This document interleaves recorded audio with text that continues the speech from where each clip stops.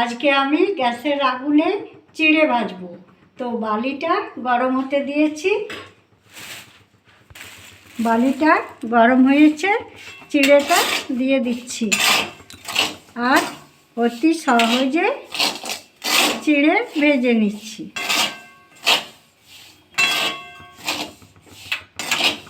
আমার চিড়েটা ভাজা হয়ে গেল। একটা সাঁড়াশি নিয়ে চিড়েটা আর কত সহজে চেলে নেব।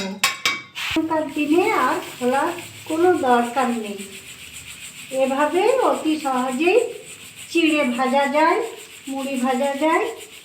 তো আমি ভেজে নিচ্ছি।